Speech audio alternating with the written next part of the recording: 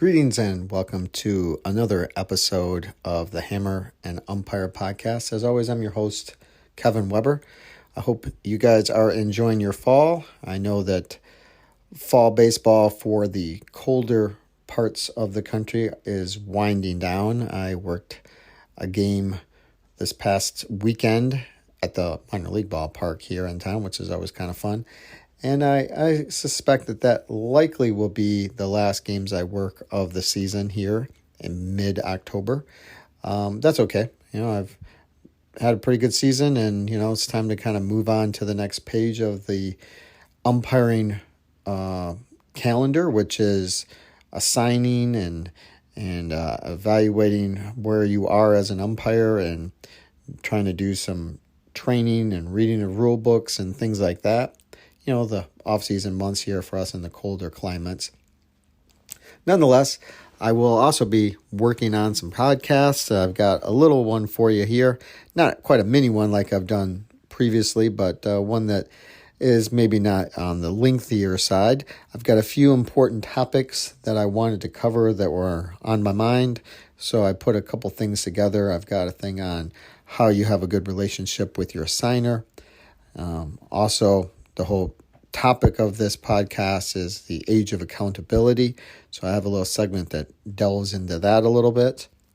And this is the time where we have changes in rules and mechanics that come about. The CCA manual is out, so they have some changes for 3 and 4-man umpiring and some other things as well. But I touch a little bit on the big changes that they have for 3 umpire mechanics, which I think are pretty good. But I've got a little segment on that. So just a little segment here and there for your listening pleasure as we wind down into the winter months of the baseball season, and the Major League World Series is upon us after we get through all these early rounds of the playoffs. All right.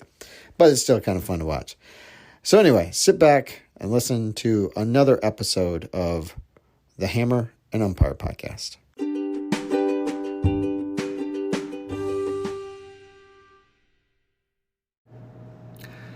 So in a recent article in Referee Magazine, John Bible, the Hall of Fame collegiate umpire, wrote an article about how the role of umpires has transformed over the years.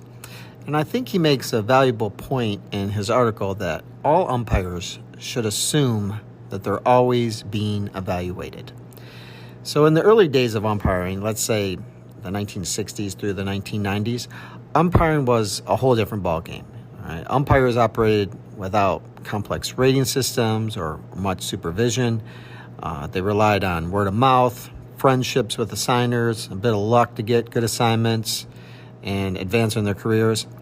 Back then, there was freedom on the field. Umpires could, expand or shrink the strike zones depending on the situation, and they could handle unruly players without fearing repercussions.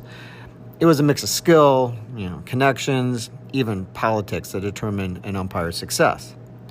So that system had its pros and cons, of course. On one hand, it allowed for flexibility and some self-expression, but on the other hand, it sometimes led to unprofessional behavior and a lack of consistency in the game. Fast forward to today, and the umpiring world has done a complete 180. Umpires are now held to strict performance standards and assessed using complex metrics. We see that on television, and that's coming down to the collegiate game. It's the age of accountability, and some people may resist it, but it's certainly here to stay, and it's only going to increase. So the shift towards accountability means umpires need to constantly improve. There's always somebody coming up behind you that's trying to take your spot. They must be in peak physical condition, knowledgeable about rules and mechanics, and adept at handling any situation that arises. So umpires are encouraged, to invest in self-improvement. Study guides, video analysis, seeking advice from seasoned umpires are all part of the process. And attending clinics and camps isn't, it's not just about networking. It's about learning to grow and learning how to become a better umpire. The key is to always give 100% effort, regardless of whether an evaluator is present. because there's always a camera there and there's always somebody talking. Confidence comes from honing your skills and crafting a positive image that you are consistently presenting. And remember, it's not about one play or one pitch. It's about your whole body of work. As umpires, the presence of an evaluator can be nerve-wracking for sure. I've experienced that a bit. But it's essential to stay true to your style and not overdo it if you are being evaluated. Confidence and control should shine through in your actions. So when you've got the plate, focus on slow, rhythmical, consistent timing. Warm-up pitches can help you, ease into that game, if you know that they're there from the start. Take deep breaths and go for it. Once that first pitch is thrown, you'll be in the zone. All right, that's the way you got to kind of go at it. Same thing on the bases, telling yourself to slow down and have the best timing you can. If your evaluator offers feedback, you have to embrace that. Don't be defensive, be receptive. Taking criticism well can make a significant difference in your umpiring journey and where you get to. So, to wrap it up here, the world of umpiring has come a long way from its informal beginnings to this new era of accountability. It's a journey that demands dedication and self-improvement and the ability to adapt to change, and the assumption that you are always being assessed.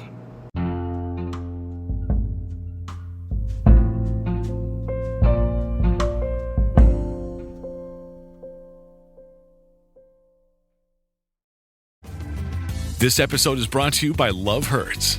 Kiwi Kwan has had quite a career, from childhood roles in Indiana Jones and the Temple of Doom and The Goonies to a recent Academy Award win for Everything Everywhere All at Once. But now Ki finally stars as a leading man in the film Love Hurts. Love Hurts is the perfect date night movie with its mix of over-the-top action, comedy, and a ton of heart. Love Hurts, only at theaters February 7th.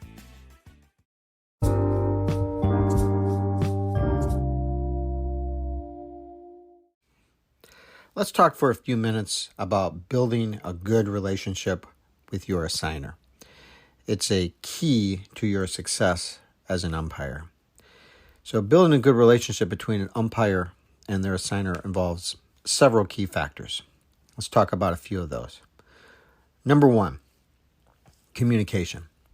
You have to keep an open and regular communication channel with your assigner. Update them on your availability. If you're using Arbiter or such a program, make sure you update your blocks and availability there. Let them know about any scheduling conflicts and changes promptly if there's something that happens. Second thing, reliability. Be dependable and consistent in your assignments. If you take the assignment, you do it. You don't turn back assignments, or almost never do, unless it's a very good reason your assigner would understand. Show up on time for your games. Fulfill those commitments.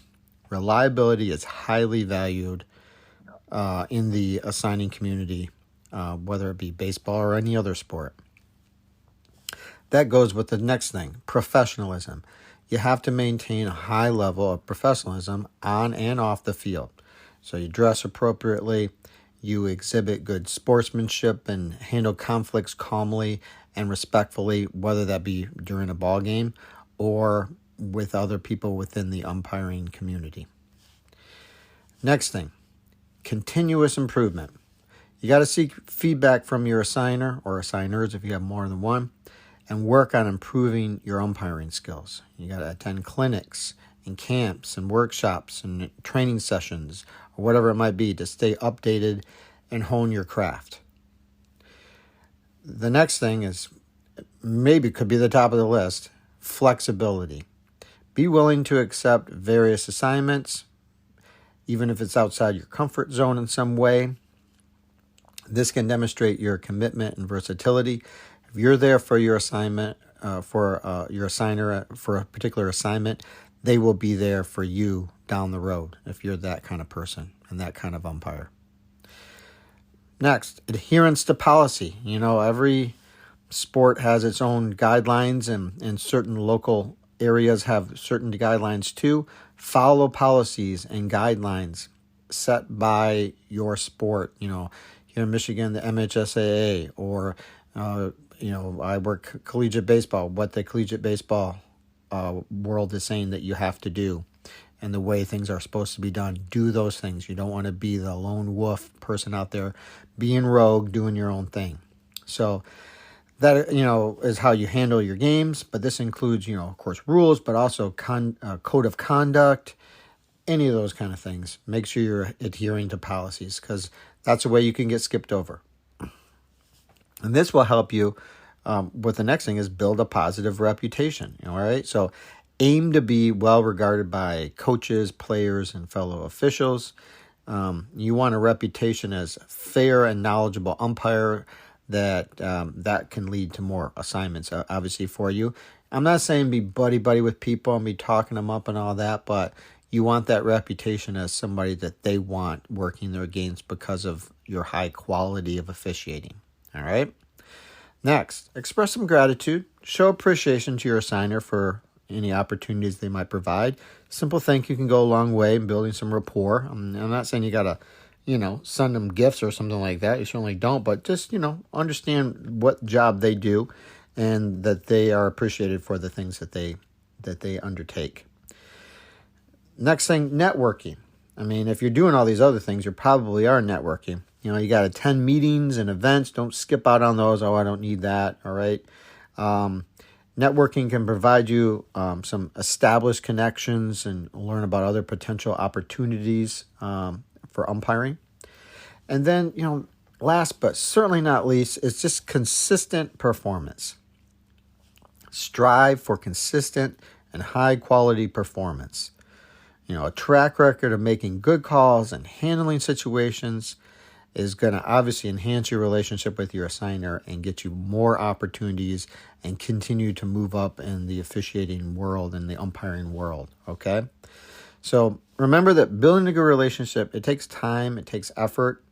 You have to be patient and persistent, and your assigner will appreciate your dedication to your role as an umpire, and down the road certainly will reward you if that is something that you're looking for, which most of us are. We get into this, we want to maybe make some money, we want to have success at it, but we want to have as much success as we can and move as high a level as we possibly can in the officiating world before our time's done, before we aren't able to do it for whatever reason.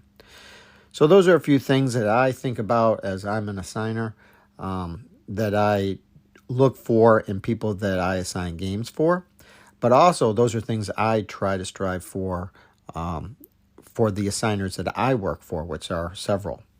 I hope that that maybe helps a few of you newer people out, or makes a few of the veterans out there think about how they handle situations and with their assigner and their relationship, and try to make that as best you can, because that will make your umpiring life so much easier.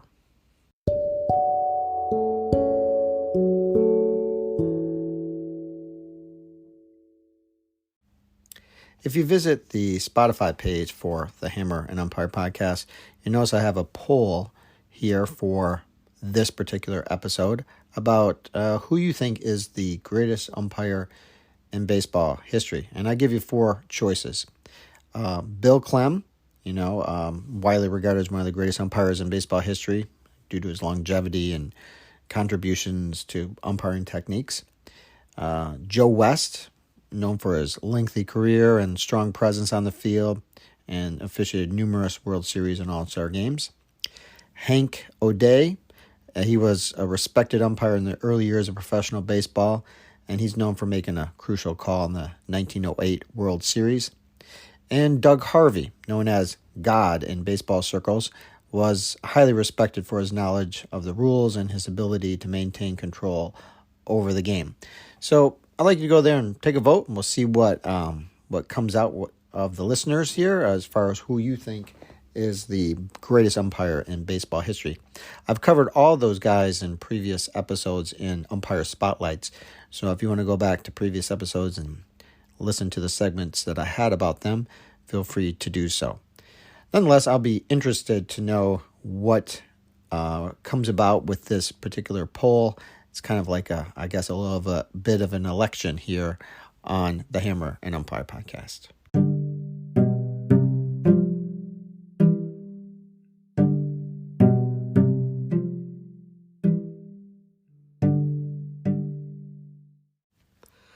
So the new edition of the CCA Mechanics Manual came out, and there are some interesting and significant changes in mechanics for 2024 in college baseball, and I'm sure a lot of these will trickle down to other areas of amateur baseball, like high school baseball as well.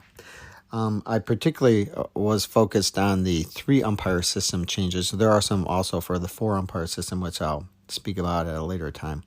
But like the first one they had was that with a runner on third base only, with less than 2 outs, the plate umpire will now take all fly ball tag up responsibilities on R3. This would be a change to the current mechanic where U3 would drop down into the third base coach's box and line up the tag on fly balls within, U3's fly ball coverage area. This is tricky. All right, I don't know how many of you have experienced it. I'm sure many of you have, but it's a tricky read, okay? So the rationale behind this is simple, that third base umpires are too concerned with lining up tags on R3 and not taking the adequate amount of time to pause, read, and react, and often rush through or ignore their initial responsibility, which is catch or no catch in their coverage area. So U3 would have 2 options on these fly balls. Go out on trouble or hold the line and stay with the fly ball, much like U1 would do at first base with no runners on. If there was a play back into third base on R3, then U3 would simply slide down the third base line and take the play at third base, also similar to what U1 would do at first base with no runners on. U1 would have all plays on the batter runner at first and second base on these type of plays, as you might guess. So they're going to have to read. U3 would run into the infield on fly balls that are hit in U1's fly ball coverage area and have all plays on the batter runner at first, second, and third base. Balls that are hit directly to the center fielder straight in or straight back would be treated the same as no runners on situation with U1 as the quarterback. So these 3 movements are consistent, like with the current mechanic, all right? I think that's a good change. I had that exact situation happened to me when I was working at UIC last year, and I had a fly ball. I thought there was a normal fly ball to left field straight away. It was a windy night. I read it too quickly, and the ball started drifting toward the line. So I go down to line up the tag up in the coach's box, and then I got this ball that's now going to be questionable, fair, foul, and ended up being fair, and the guy caught it, and nothing really happened. But it was not a good read. I should have gone out on it. I mean, it ended up down the line and was a trickier catch than I initially thought. In this situation, I would just pause and read it. Either I would be taking it from the line, which has been okay because it was a fair foul type situation, or I might have even gone out on it, and then, the home plate umpire would have just taken that anyway. So that would have been perfect. All right? So I think that is a tremendous change, and I wish that's the way I would have been able to do things last year. All right, the other change is first base umpire movement in the 3-umpire system. So, like, the movements of the first base umpire from the A position in the 3-umpire system are very important, especially in situations where the ball is hit in the third base umpire's fly ball coverage area with no one on base. In many such cases, based on the action of U3, the first base umpire will be responsible for plays on the batter runner at both first and second base, and possibly even, third base, right? To be in the best possible position to take these plays and stay ahead of the batter runner, U1 must move or slash immediately into the diamond in the direction of second base immediately on all fly balls hit in U3's coverage area. That's kind of what I tried to do and what I try to teach when I'm helping with the 3-man camps. It should be our goal to beat the batter runner to an initial play at second or third base, allowing an umpire to make late and meaningful adjustments as the play develops, or to be in a good position to move back in the direction toward first base if that batter runner decides to stay at first.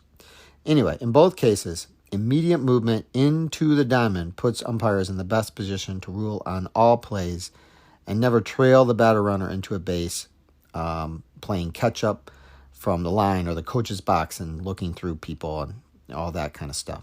So if U3 moves across the diamond to assume responsibility for the batter runner at second base as U1 has begun to slash, then U1 can easily retreat toward first base or even the coach's boxes and remain in rotation for the play. So it's very important that all umpires use strong visual and verbal communication in situations where dual responsibilities exist and coverages overlap.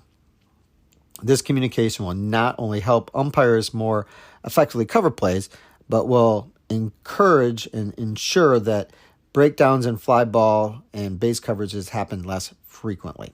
So the first base umpire will remain the quarterback on fly balls when both umpires are on the lines. It's acceptable for the third base umpire to hold the line at third base, render a fair foul decision, and come back for plays at third base while U1 assumes responsibility for the batter runner at first and second base.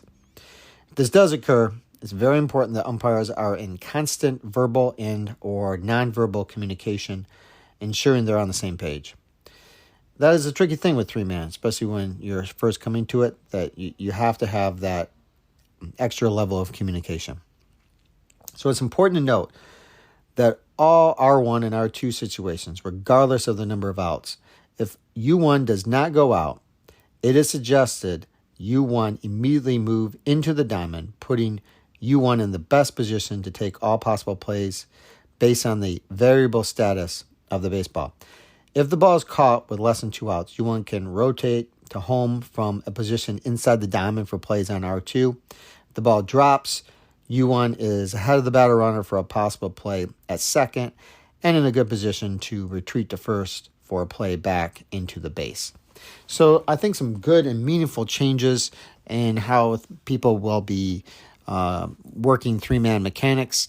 I hope to be able to do those as well, and those are things that definitely will be needed to be pre-gamed throughout the season, certainly early on.